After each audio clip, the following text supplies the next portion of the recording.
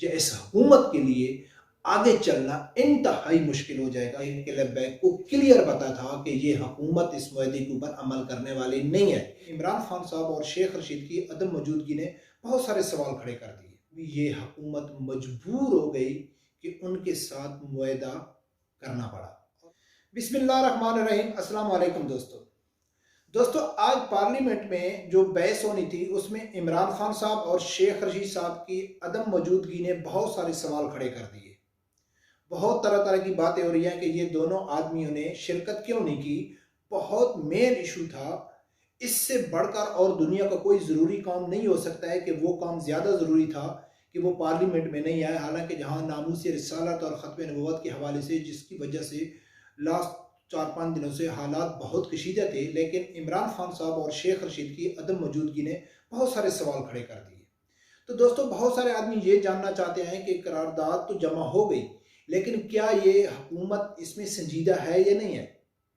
हम दूसरी पार्टियों के ऊपर तो तब इल्ज़ाम देंगे कि जो करारदाद पेश करने वाली हुक्मरान जमात है, क्या वो इसमें संजीदा है कि नहीं है। इसको जानने के लिए आप लोगों को प्लीज़ ये वीडियो देखोगे तो आपको आसानी से समझ आ जाएगा कि यह हुकूमत संजीदा है कि नहीं है। तो इसको समझने के लिए सबसे पहले मैं आप लोगों को इमरान खान साहब का वो खिताब का एक वीडियो क्लिप सुनाना चाहता हूँ कि उसने क्या कहा। सबसे पहले आप वो सुने। के एम्बेसडर को वापस भेजो। तो इसका पहले तो कोई फर्क नहीं पड़ना लगा फ्रांस को, लेकिन मैं आपको ये बताऊं पाकिस्तान को क्या फर्क पड़ेगा। सबसे बड़ा फर्क ये पड़ेगा हमारे मुल्क को कि बड़ी मुश्किलों से हमारी माईशत उठ रही है। बड़ी देर के बाद पाकिस्तान के अंदर इंडस्ट्री ऊपर जा रही है।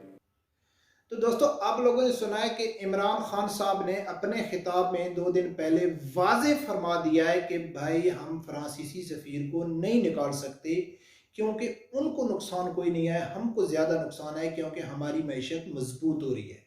यानी कि उसने वाज़े क्लियर फरमा दिया है कि मैं सफ़ीर निकालने के हक में नहीं हूँ। उसके बावजूद भी करारदाद जमा कराई गई पीटीआई गवर्नमेंट की तरफ से। उसको भी ऑफिशियली पीटीआई की तरफ से नहीं कराई गई, न किसी वजीर ने जमा कराई, इंडिविजुअल एक पार्लियामेंटेरियन ने, अमजद खान ने उसको करारदाद को जमा कराया। और उसके अंदर नवाज इमरान खान और शेख रशीद की जो अदम मौजूदगी है वो क्या साबित कर रही है। पहली तो बात यह है कि भाई इमरान खान साहब ने वाज़े फरमा दिया कि भाई मैं खिलाफ हूं, तो फिर उसकी जमात इमरान खान के खिलाफ कैसे जा सकती है। सवाल नंबर 1। सवाल नंबर 2 कि भाई इतने खास, यानी कि एक बड़ा आज अहम दिन था इसके पार्लियामेंट में, उसमें इमरान खान और शेख रशीद की जो अदम मौजूदगी है उसके ऊपर सब लोगों को कोई शक व शबूब नहीं होना चाहिए। ये 2 पॉइंट बहुत ज़रूरी हो गए। तीसरा, जो ये बार बार मुआहदा करके ये अपने मुआहदे से पीछे हट रहे थे। हालांकि इन्होंने तहरीक लब्बैक के ऊपर यकदम एकदम उसकी गिरफ्तारी, अल्लामा साद रिजवी साहब को गिरफ्तार करके उसको एक ही दिन के अंदर उस जमात को बैन कर दिया कि ये दहशतगर्द जमात है, इसने तोड़ फोड़ की। हालांकि इससे पहले पीटीआई, नून लीग और पीपल पार्टी ने बहुत बड़ी बड़ी तोड़ फोड़ की, सरकारी अमारात को नुकसान पहुंचाया। बहुत सब लोगों को मालूम है, पार्लियामेंट में हमला हुआ था, पीटीवी के ऊपर हमला हुआ था, बहुत जगह में ऐसा हुआ था। पीपी के दौर में अमेरिकन एम्बेसी के ऊपर हमला हुआ, लेकिन और जो एनक्यूएम है उसने क्या कुछ नहीं किया सब लोगों को मालूम है, लेकिन उनके ऊपर बैन नहीं हुआ। तहरीक लब्बैक के ऊपर एक दिन गिरफ्तारी हुई और दूसरे दिन वो जमात बैन हो गई। एकदम तहरीक लब्बैक के खिलाफ एक्शन लेना, उनके जितने मुआहदे थे उस मुआहदे से पीछे हटना, उसके अलावा इमरान खान साहब का स्पीच करना कि भाई हम सफ़ीर निकालने के हक में नहीं है। उसके बाद जब करारदाद जमा हुई वो भी एक आम पार्लियामेंटेरियन ने जमा की। उसके बाद इमरान खान साहब का ना आना, शेख रशीद का ना आना, तो मेरे ख्याल में किसी के को शक व शबूब नहीं रहना चाहिए कि ये हुकूमत कितनी संजीदा है फ्रांसीसी सफ़ीर को निकालने के लिए। हालांकि पीटीआई के बहुत सारे अहम मेंबर जो हैं उसमें एक नज़ीर चौहान साहब हैं, उसके अलावा अपना इकरारुल हक साहब हो गए, काफ़ी 4-5 उनके अहम मेंबर हैं। उन्होंने ऑलरेडी बयान भी दिया है कि भाई इस हुकूमत को इस काम को संजीदा लेना चाहिए। फ्रांसीसी सफीर को निकालने के लिए संजीदगी से काम लेना चाहिए, लेकिन हुकूमत बिल्कुल इस काम में संजीदा नहीं है।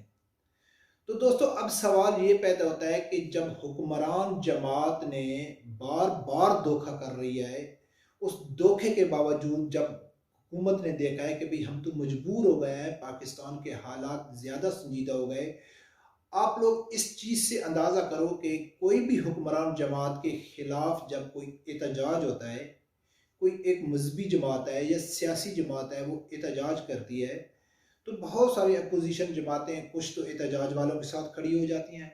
मीडिया दो हिस्सों में तकसीम हो जाता है कि भाई कोई एहतजाज वालों को सपोर्ट कर रहा है और कोई हुकूमत को सपोर्ट कर रहा है। अब लोगों को मालूम है कि 126 दिन के धरने में पूरा मीडिया, पूरा सोशल मीडिया पीटीआई के साथ था, लेकिन ये जो एहतजाज था ये इतना शदीद एहतजाज था कि पूरे इलेक्ट्रॉनिक मीडिया के ऊपर पाबंदी, सोशल मीडिया को दबकाया गया, उसके अलावा कई प्रोपेगेंडे किए गए, मीडिया में झूठे लेटर साद रिजवी साहब के उसको ब्रेकिंग न्यूज़ बना के चलाया गया, मीडिया वालों ने अपना ज़मीर बेचा। उसके बावजूद भी ये हुकूमत मजबूर हो गई कि उनके साथ मुआहदा करना पड़ा और उस मुआहदे के तहत वो करारदाद लेके गए, और उस करारदाद के लिए वो कितने सीरियस हैं सफीर के लिए वो भी मैंने आप लोगों को बता दिया है। तो दोस्तों ये हुकूमत आप लोगों को समझ आ रही है कि ये बार बार झूठ और फरेब से काम ले रही है। अगर इससे अवाम में शदीद गुस्सा बढ़ेगा, शदीद क्या होएगा? आसिया मरूना के टाइम में क्या हुआ कि हुकूमत ने झूठा मुआहदा किया, पूरा पाकिस्तान जाम था। इमरान खान साहब का इंटरव्यू आप लोगों के सामने है कि उसने कहा था कि अगर हम इनके साथ मुआहदा नहीं करते तो मेरी हुकूमत जाने वाली थी। किया कि भाई हम आसिया मुल्ना को दोबारा हम उसको चेक करेंगे और उसका नाम ईसीएल में डालेंगे, मुआहदा कर दिया, सब उलमा अपने घरों में चले गए। तो फिर उन्होंने क्या किया कि उसको भेज दिया। उसके अलावा खादिम हुसैन रिजवी साहब गए थे यही सफीर के मसले में, उसके साथ भी झूठा मुआहदा हुआ। उस टाइम भी दूसरे दिन मैंने आपको वीडियो बना के बता दिया था कि ये हुकूमत फ्रांसीसी सफ़ीर के लिए कोई संजीदा नहीं है, इसने झूठा मुआहदा किया है। हालांकि तहरीक लब्बैक को भी मालूम था आसिया मलूना के बाद, क्योंकि वो फर्स्ट मुआहदा था आसिया मलूना के टाइम। उस टाइम जो तहरीक लब्बैक थी, जितने भी उलमा थे, वो इसको संजीदा ले गए थे कि इमरान खान साहब ने मुआहदा किया है, इस हुकूमत ने मुआहदा किया है, चलो हम इस मुआहदे के ऊपर इनको, लेकिन उन्होंने एकदम उस मुआहदे के ऊपर अमल नहीं किया। उस टाइम मीडिया वालों ने समझ गए थे कि उन्होंने कहा था कि ये झूठा मुआहदा है। हालांकि मैं खुद भी उसको झूठा नहीं समझता था, मैं समझता था कि गवर्नमेंट इसके ऊपर, और पीटीआई के काफ़ी सोशल मीडिया में सब दोस्त यही कह रहे थे कि यार आप सब्र तक करो, अभी हुकूमत ने मुआहदा किया है, वादा किया है कि हम उसको, उसका नाम ईसीएल में डालेंगे, दोबारा उसका केस रीओपन करेंगे। तो बहुत सारे सोशल मीडिया में, लेकिन उसके बावजूद भी हुकूमत ने धोखे से काम लिया। तो उस टाइम तो तहरीक लब्बैक ने ये समझा था कि हुकूमत संजीदा है, लेकिन उसके अलावा खादिम हुसैन रिजवी साहब के साथ जो मुआहदा हुआ तो 100% तहरीक लब्बैक को कन्फर्म था कि ये हुकूमत झूठा मुआहदा कर रही है। लेकिन तहरीक लब्बैक ने फिर भी एक्सेप्ट क्यों किया? क्योंकि पाकिस्तान की जितना लिबरल माफिया मीडिया है, सियासतदान है, वो तहरीक लब्बैक के खिलाफ हैं, क्योंकि इनकी मकबूलियत से वो बहुत ज़्यादा परेशान है।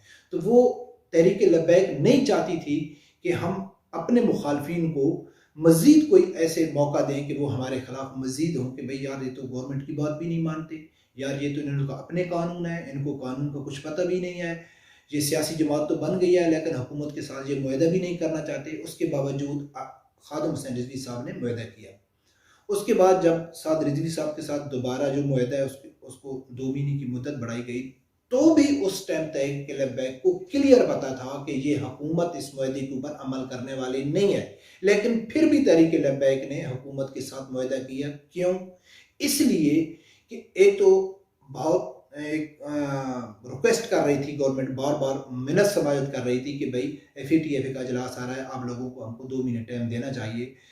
और तहरीक लब्बैक ने भी यही सोचा कि चलो गवर्नमेंट भी 2 महीने टाइम मांग रही है, उसको भी दे देते हैं, और पार्लियामेंट में जब ये मसला उठाया जाएगा तो जितने भी काले चेहरे हैं वो सब लोगों के सामने आ जाएंगे कि कौन आशिक रसूल सल्लल्लाहु अलैहि वसल्लम है और कौन ये धोखा कर रहा है। उस टाइम भी तहरीक लब्बैक को मालूम था कि ये हुकूमत झूठा मुआहदा कर रही है, और यकीन माने कि 100% इस टाइम भी तहरीक लब्बैक को ये, मैं मेरी अपनी राय है, मेरी अपने राय के मुताबिक 90% इसको पता है तहरीक लब्बैक को कि ये हुकूमत फिर झूठा वायदा कर रही है, लेकिन तहरीक लब्बैक के अलावा और कोई ऑप्शन भी नहीं था, क्योंकि पूरा मीडिया इसके खिलाफ हो गया।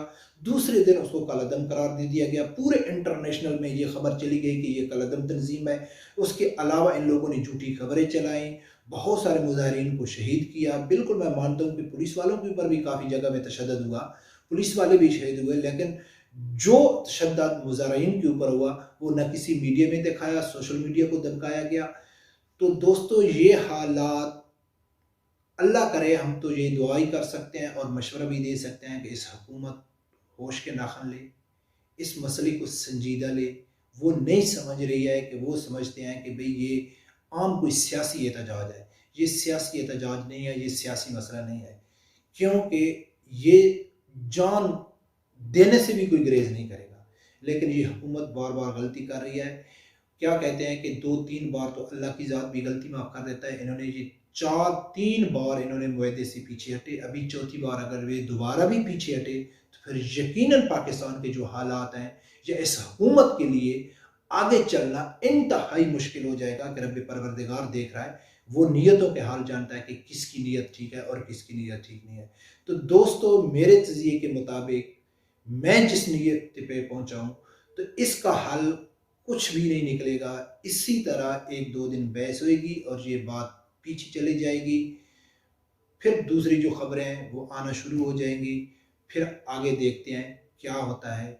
और तहरीक लब्बैक तो ज़ाहिर है वो अपने केसों में लग जाएगी, जो कालादम तंजीम का है उसके ऊपर उसका बातचीत होगी। लेकिन ये गवर्नमेंट बिल्कुल 1% भी संजीदा नहीं है इस मसले के ऊपर। उसके जितने भी वजीर वज़रा पार्लियामेंटेरियन टीवी में आकर कहें कि हम संजीदा हैं, संजीदा है, संजीदा है, ये बिल्कुल झूठ है। खान साहब ने अपने पहले पैगाम में बता दिया था कि हम सफ़ीर निकालने के हक में नहीं हैं। फिर शेख रशीद और इमरान खान की अदम मौजूदगी, फिर एक आम पार्लियामेंटेरियन के थ्रू ये करारदाद जमा कराना, ठीक है, ये वाज़े कर रहा है कि ये हुकूमत संजीदा नहीं है। रब परवरदिगार से यही दुआ है कि अल्लाह ताला आप लोगों को हक सच सुनने की, उसके साथ खड़े होने की तौफीक अता फरमाए।